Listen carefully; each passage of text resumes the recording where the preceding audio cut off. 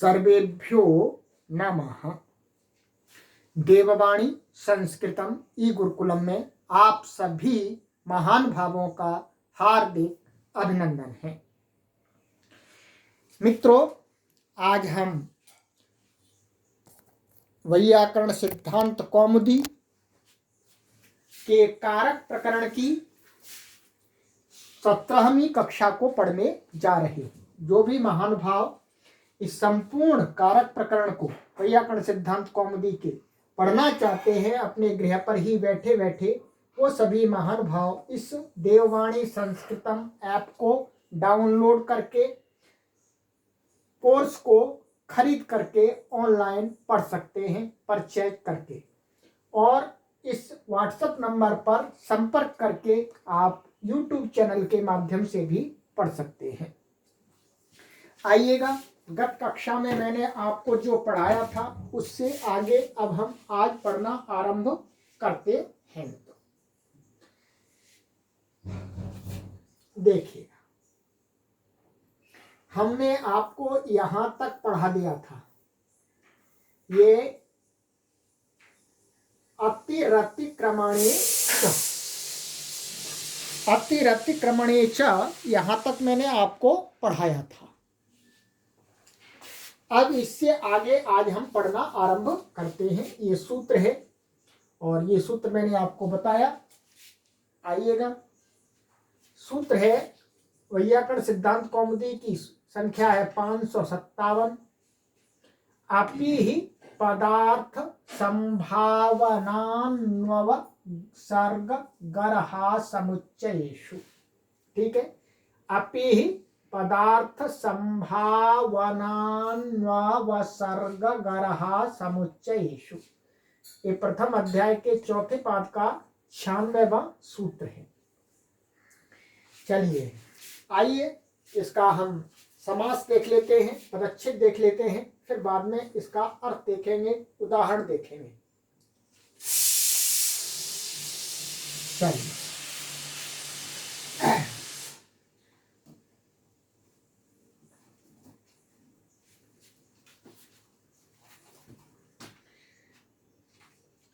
सूत्र है आपका अपि पदार्थ संभावनान्वसर्ग गरहा समुच्चयेषु। ये आपका पूरा सूत्र है मित्रों। अपि ये आपका प्रथमा विभक्ति एक वचनांत है। ठीक है, और दूसरा पद है इसके अंदर पदार्थ आदि आदि आदि, और अंत में समुच्चयेषु। ये पूरा सूत्र एक एक समुच्चयेषु।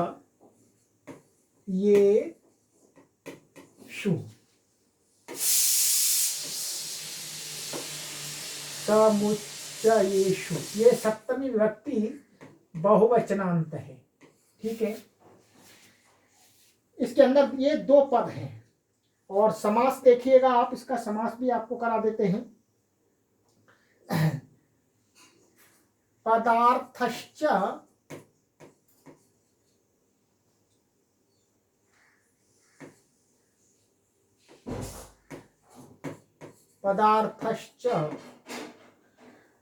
संभावनं च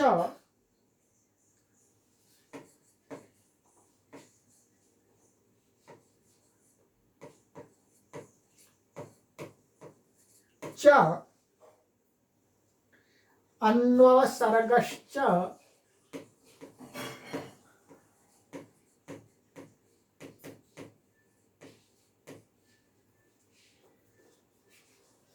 गरहा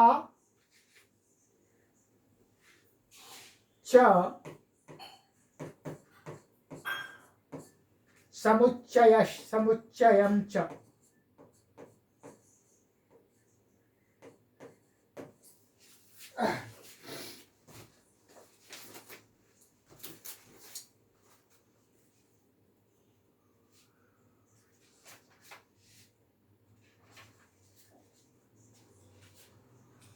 समुच्चय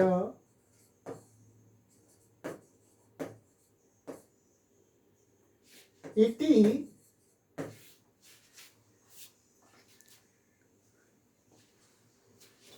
पदार्थ संभावनान्वव सर्गगरः समुच्चयाः। ये शॉर्टकट में मैं लिख दिया है समुच्चयाः। तेषु पदार्थ संभावनान्वव सर्गगरः समुच्चयेषु। ये आपका इतरेतर योग द्वंद्व समास हुआ। कौन सा? इतरेतर योग द्वंद्व समास हो गया आपका।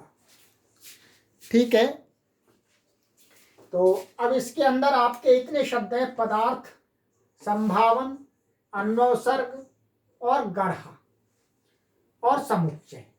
1 2 3 4 5 5 पद मुख्य रूप से हैं। ठीक है, और इसके अंदर एक शब्द का व्याख्यान और जरूरी है, उसको मैं आपको बतला देता हूं।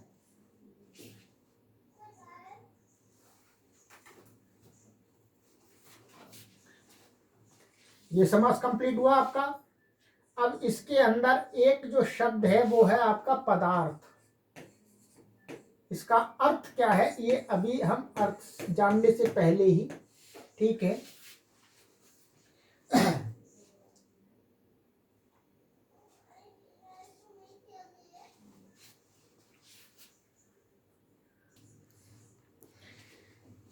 क्या अर्थ है?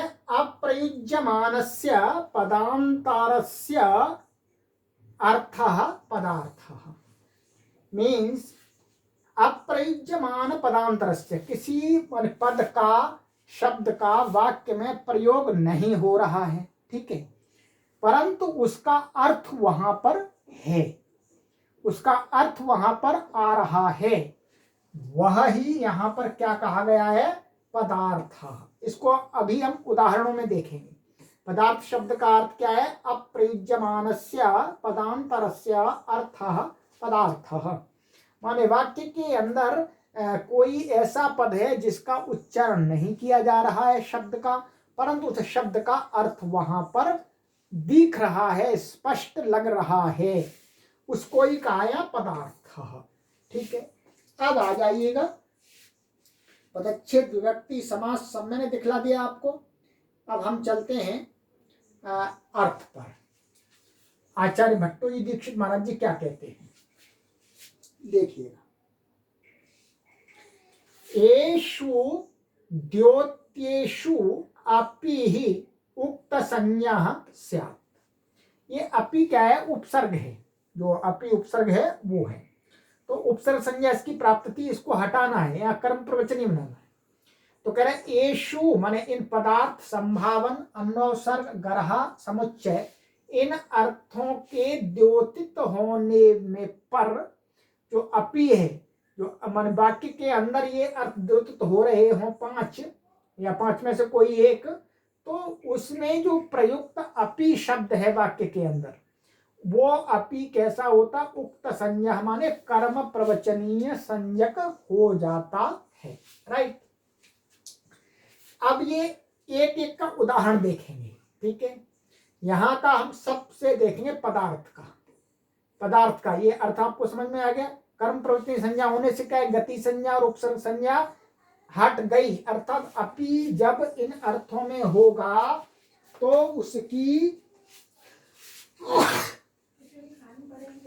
उसकी क्या है मित्रों?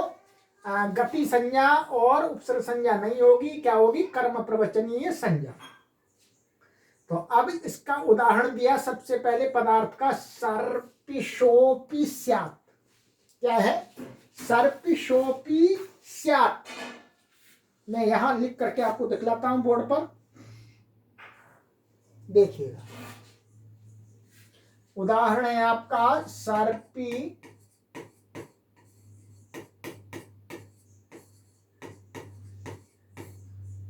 स्यात्। इसका अर्थ भी मैं आपको हिंदी में लिख देता हूं।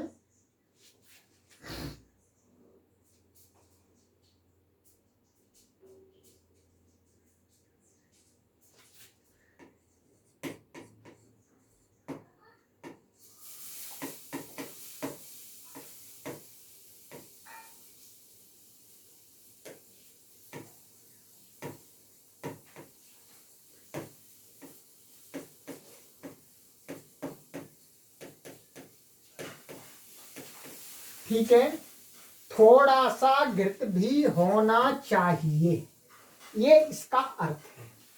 इसके अंदर कितने पद हैं? सर्पिश है, सर्पिशः, अपि और स्यात्। स्यात् का अर्थ है होना चाहिए, ये आप सभी जानते हैं। अपि का अर्थ है भी, अपि का अर्थ क्या होता है? भी। और सर्पिशः का अर्थ क्या है? घी। ठीक है, घी। अब ये जो थोड़ा सा माने घृत का थोड़ा सा, घृत की थोड़े से का अर्थ है कुछ बूंदें, माने बूंदें, माने बूंदें और कुछ, माने घृत की कुछ बूंदें माने थोड़ा सा भी होना चाहिए। ठीक है, तो अब क्या है यहां पर ये जो ये इसके अर्थ के लिए कोई बूंदें आदि थोड़े से के लिए कोई भी शब्द प्रयोग नहीं हो रहा है, परंतु वाक्य के अंदर ये अर्थ आ रहा है और अपि का प्रयोग हो रहा है। और ये जो अर्थ द्योतित हो रहा है वो किसके कारण से हो रहा है? माने इन अर्थों के द्योतित होने पर जो अपि, यही कहा, येषु अर्थेषु द्योत्येषु होने पर जो अपि है वाक्य में, उसकी क्या हो जाएगी? कर्म प्रवचनीय संज्ञा। तो यहां पर ये क्या है? पदार्थ है। पदार्थ माने थोड़े से के लिए कोई शब्द प्रयोग नहीं हो रहा वाक्य के अंदर, परंतु उसका अर्थ यहां पर आपको दिख रहा है। इसलिए ये पदार्थ में विद्यमान अर्थात पिता पदार्थता यहाँ द्योतित हो रही है। अप्रयुज्यमानस्य पदांतरस्य अर्थः पदार्थः, वो बात घट गई यहाँ पर। अब घट गई तो अपि की क्या हो गई यहाँ पर? कर्म प्रवचनीय संज्ञा। कर्म प्रवचनीय संज्ञा होने से क्या हुआ मित्रों? यहाँ पर गति संज्ञा उपसर्ग संज्ञा का बाध हो गया। बाध होने से क्या है? यहाँ पर स्यात् में जो मूर्धन्य शकार प्राप्त होता था उपसर्गा सुनोति इत्यादि सूत्र से, वो नहीं हुआ, क्योंकि वो उपसर्ग से उत्तर करता यहाँ होगा कर्म प्रवचनीय, उपसर्ग संज्ञा इसकी रही नहीं, तो यहाँ मूर्धन्य शकार नहीं हुआ। ये तो इसका प्रयोजन हो गया। ठीक है, प्रयोजन हो गया। अब आगे इस पर थोड़ी सी चर्चा करते हैं आचार्य भट्टोजी दीक्षित महाराज जी इस वाक्य को लेकर कि इसके अंदर देखिएगा, ये अनुपसर्गत्वात् न शः, माने उपसर्ग संज्ञा न होने के कारण से ये मूर्धन्य शकार यहाँ नहीं हुआ, ये पहले भी बता दिया है आपको। अब जो मेन बात है संभावनायाम लिंग, तो पदार्थ ये था अपि स्यात्, सर्पिशोपि स्यात्, ये क्या है? विधिलिंग लकार है। क्या है ये? विधिलिंग लकार है। ये विधिलिंग लकार है, तो विधिलिंग लकार किसमें है? ये संभावना में।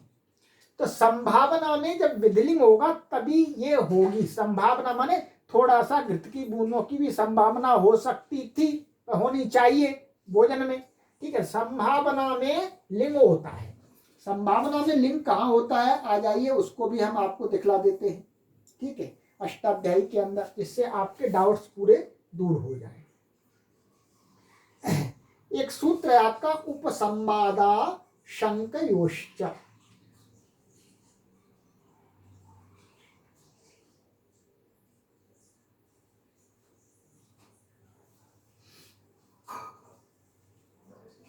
एक तो ये है संभावने, यही उपसंवादा शंकयोश्च।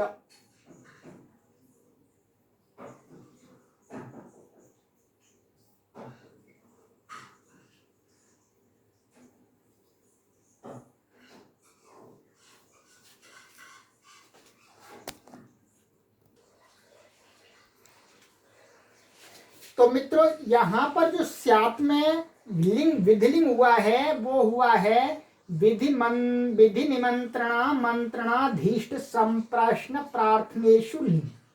तो प्रार्थना में, प्रार्थना अर्थ में लिंग हुआ है, तो उस लिंग के जो लिंग है स्यात्, संभावनायाम लिंग। तो संभावना में संभावना भी पड़ा हुआ है।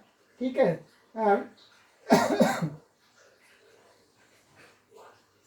संभावना में भी लिंग होता है और यहाँ इन्होंने संभावना में कर दिया है। वस्तुतः प्रार्थना में होना चाहिए, प्रार्थना में कहना चाहिए। और जो संभावन के लिए जो सूत्र है वो अलग है, ठीक है। उसमें दूसरे सूत्र हैं, यहाँ पर आप देखेंगे संभावन में जो सूत्र है लीजिएगा।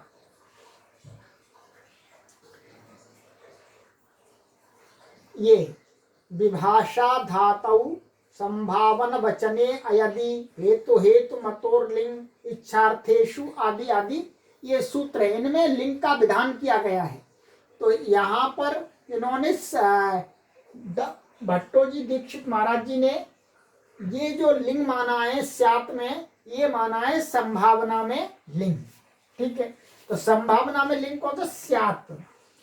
अब यहाँ पर शंका हुई मित्रों, शंका को उठा करके ये कहते हैं कि सर्पिशोपि स्यात्, माने थोड़ा सा घी भी होना चाहिए, थोड़ा सा घी भी होना चाहिए। तो ये अपी है, क्या है? अपी। अपी की हो गई कर्म प्रवचनीय संज्ञा। कर्म प्रवचनीय संज्ञा का एक तो हमको लाभ मिल गया कि यहाँ पर मूर्धन्य श नहीं हुआ। दूसरा लाभ क्या मिलने वाला है और क्या शंका उठ रही है उसको बता रहे हैं कि तस्या एव विषय भूते भवने कर्तृ दौर्लभ्य प्रयुक्तम दौर्लभ्यम द्योतयन अपि शब्दः स्याद् इत्यनेन संबध्यते, ठीक है।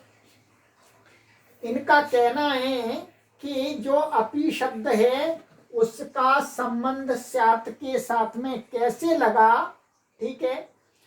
कैसे लगा? तो कहे तस्या एव विषय भूते, जो अपि है, अपि माने अपि क्या है? तस्या, तस्या माने संभावना, संभावना के ही विषय भूत भवने, भवने माने होने पर क्या है? कर्तृ दौर्लभ्य प्रयुक्तम, माने इसमें क्या है? जो वाक्य है इसके अंदर कर्ता तो कोई है ही नहीं, कर्ता है नहीं, तो वो कर्ता है वास्तव में क्या? पदार्थ। पदार्थ अर्थात अप्रयुज्यमान पद, अप्रयुज्यमान पद है जो थोड़ा सा, थोड़ी सी बूंदें। तो वही कहा इस वाक्य में जो कर्तृ दौर्लभ्य प्रयुक्त, माने कर्ता का तो बहुत दुर्लभता से प्रयोग ही नहीं है। दौर्लभ द्योतयन, परंतु उसके अर्थ को वो द्योतयन बतला रहा है। कौन बतला रहा? अपि शब्द। अपि शब्द क्या है? स्यात् इत्यनेन संबध्यते, स्यात् के साथ में संबंधित हो जाता है।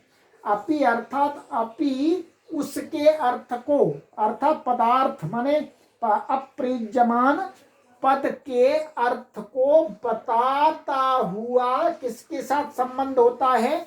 स्यात् के साथ। क्यों? क्योंकि थोड़ा सा होना चाहिए, घी का थोड़ा, थोड़ी सी बूंदें या थोड़ा सा अंश होना चाहिए। तो कर्ता क्या है? थोड़ा सा। उसको कौन बता रहा है? अपि शब्द। तो अपि शब्द उसको द्योतित करता हुआ स्यात् के साथ में संबंध होता है उसका, ठीक है। इसलिए कर्म प्रवचनीय संज्ञा होने से क्या है? अपि का स्यात् पर असर पड़ेगा। किस पर? स्यात् पर।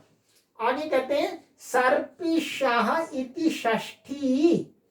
अब जो इसमें यहां पर ये पद दिया है सर्पिशोपि स्यात्, सर्पिशोपि स्यात्, ये सर्पिशाह ये षष्ठी का रूप है, ठीक है। षष्ठी का रूप है। तो यहाँ पर मन में ऐसा शंका आ रही थी कि इसमें प्रथमा होनी चाहिए, थोड़ा सा घी होना चाहिए, ये अर्थ आता है।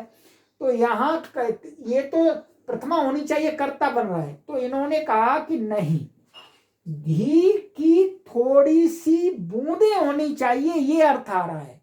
घी का और थोड़ी सी बूंदों का संबंध है। कर्ता तो इसमें क्या है? अप्रयुज्यमान पदार्थ है। तो उसी को कहा कि सर्पिशाह, इति षष्ठी, मैं सर्पिषः ये तो षष्ठंत पद है, तो षष्ठी तो अपि शब्द बलेन गम्यमानस्य बिंदोः अवयव अवयवी भाव संबंधे। क्या कह रहे हैं? अपि शब्द बल से, माने अपि शब्द का प्रयोग है उससे क्या, गम्यमानस्य बिंदोः माने घी की बिंदु, माने गम्यमान माने प्रतीत हो रहा है, द्योतित होने वाला क्या, बिंदु का अवयव और अवयवी क्या है, भाव संबंधी। अपि शब्द के द्वारा यहाँ पर क्या है, बिंदु और घी, घी क्या हो गया, अवयवी, और ये बूंदे क्या हो गई, अवयव। तो घी और बूंदों का माने घी और बूंदों का आपस में संबंध होने पर क्या है, घी की बूंदें ऐसा आएगा। और बिंदु शब्द का यहाँ प्रयोग नहीं, बिंदु माने बूंदे, तो वो अप्रयुज्यमान है, उसका अर्थ है। तो इसलिए यहां पर षष्ठी हुई है संबंध में। संबंध में क्या हुई है, सर्पिषा में षष्ठी विभक्ति हुई है। इयमेव ही अपि शब्दस्य पदार्थ द्योतकता नाम, यह ही क्या है, यह ही अपि शब्द की पदार्थ द्योतकता है। जो पदार्थ का है माने वो दूसरे पद के प्रयोग न होने पर भी अपि शब्द के द्वारा उसका अर्थ प्रकाशित होना या करना ही क्या है, पदार्थ द्योतकता नाम पदार्थ। द्वितीया तो न यह प्रवर्तते। अच्छा जी, क्योंकि अब कर्म प्रवचनी संज्ञा है तो सर्पिषा में मानो द्वितीया होनी चाहिए, फिर तो द्वितीय कर्म प्रवचनीय युक्त द्वितीया होनी चाहिए। तो कहते हैं कि द्वितीया तो नहीं हो सकती जी, द्वितीया नहीं हो सकती। क्यों? सर्पिषो बिंदुना योगो न तो अपिना इति उक्तत्वात्। जो घी का संबंध है, घी का संबंध, घी के साथ किसका, बिंदु का संबंध है योग, न तो अपिना, ये बिंदु का ही, इसका सर्पी का अपि के साथ में संबंध नहीं है। किसके साथ में है, सर्पिस के साथ, सर्पिसः बिंदुना योगः, ठीक है। न तो अपिना, घी का बिंदु के साथ संबंध है, अपि के साथ सीधा सीधा संबंध नहीं है। माने होना चाहिए। तो अपि किसके अर्थ को बता रहा है, क्योंकि सर्पिषा तो यहाँ पर प्रयुज्यमान पद है, और यहाँ सूत्र में कहा कि ऐसा अपि जो अप्रयुज्यमान पद के अर्थ को बताता हो। तो अप्रयुज्यमान पद क्या है यहाँ पर, बिंदु। तो बिंदु के साथ में योग होने पर क्या है, बिंदु में तो हो सकती है द्वितीय यदि बिंदु का प्रयोग करेंगे, पर बिंदु का प्रयोग है ही नहीं। तो इसलिए यहां पर सर्पिषः में द्वितीया भी नहीं होगी, संबंध में षष्ठी विभक्ति होती है। समझ में आया? चलिए, ये क्लियर हो गया, कोई परेशानी इसमें नहीं होनी चाहिए, ठीक है। दोबारा मैं आपको एक बात बता देता हूं, चलिए आइएगा, कि यहां पर सर्पिषोपि स्यात् माने थोड़ी सी घी की बूंदें भी होनी चाहिए, घी की बूंद भी होनी चाहिए। तो यहां पर क्या है, पदार्थ का अर्थ क्या है, अप्रयुज्यमानस्य पदांतरस्य अर्थः पदार्थः। वाक्य के अंदर ऐसा अर्थ जो जिसके लिए किसी पद का प्रयोग नहीं किया गया है परंतु अर्थ है, उस अर्थ को बताने में के लिए अपि शब्द उसका द्योतक है उस अर्थ का। और यहाँ पर सर्पिषः बिंदु अपि स्यात् ये अर्थ आएगा, घी की बूंद भी होनी चाहिए थोड़ी सी भोजन में। तो ये संभावना में लिंग है, संभावना में, तो संभावना की जगह हम मुख्य रूप से यहाँ प्रार्थना में लिंग लेंगे तो अच्छी बात है, क्योंकि संभावना में हो सकता है, लिंग का विधान तो है, आखिर संभावना में भी ले सकते हैं। तो ये स्यात् की बात कह रहे हैं, स्यात् की। तो सर्पिषः अपि स्यात्, तो इसकी अपि की कर्म प्रवचनी संज्ञा हो गई, कर्म प्रवचनी संज्ञा होने से इसकी गति संज्ञा उपसर्ग संज्ञा का बाद हो गया जी, बाद हो गया। तो कर्म प्रवचनी संज्ञा का फल क्या है, यहाँ पर उपसर्गात् सुनोति सुबति इत्यादि से मूर्धन्य प्राप्त हो रहा था वो मूर्धन्य नहीं होगा, क्योंकि अब ये उपसर्ग संज्ञक नहीं है, ये कर्म प्रवृत्ति संज्ञक है। और कहा कि ये तस्या एव विषय भूते, उस संभावना के विषय भूत होने पर ही क्या है, कर्तृ दौर्लभ्य प्रयुक्तम दौर्लभ्यम द्योतयन अपि शब्दः स्यात् इति अनेन संबध्यते। यहाँ पर कर्ता के द्वारा जो कर्ता अप्रयुक्त है माने बूंद बिंदु, उसका अर्थ को ये बता रहा है। अपि शब्द और कर्तृ शब्द, वो कर्ता को कहने वाला जो बिंदु शब्द है वो यहाँ पर अप्रयुज्यमान है, इसलिए अपि का संबंध किसके साथ में है, स्यात् के साथ में। और इसलिए क्या, सर्पिशः इति षष्ठी, सर्पिशः में षष्ठी हुई है, षष्ठी। तो अपि शब्द बलेन गम्यमानस्य बिंदोः अवयव अवयवी भाव संबंधे, क्योंकि अपि शब्द के द्वारा बिंदु का घी के साथ में अवयव और अवयवी भाव संबंध हो रहा है, अर्थात घी अवयवी है और बिंदु उसका अवयव है। ठीक है, तो यह संबंध तो होगा, तो जिसका संबंध होगा उसमें क्या होगी, षष्ठी। तो घी में क्या हुई, षष्ठी, तो सर्पिशः में षष्ठी हुई है। और एक शंका और उठाते हैं कि भाई अपि की कर्म प्रवृत्ति संज्ञा है, ठीक है, इसलिए उसमें द्वितीया भी तो होनी चाहिए, कर्म प्रवृत्ति युक्त द्वितीया, तो उसी को कहते हैं और बता रहे हैं इयम एव अपि शब्दस्य पदार्थ द्योतकतानाम, माने यही अवयव और अवयवी भाव को बताने का ही इसमें सामर्थ्य है। यहाँ पर अपि शब्द में इसी को पदार्थ कहा गया है। द्वितीया तो न यह प्रवर्तते, द्वितीया नहीं होगी कर्म प्रवचनीय युक्त द्वितीया से। क्यों, किसमें, सर्पिशः में, क्योंकि सर्पिशो बिंदुना योगः, माने सर्पी का घी का तो बिंदु के साथ में संबंध है, ना तो अपिना, अपि शब्द के साथ में नहीं है।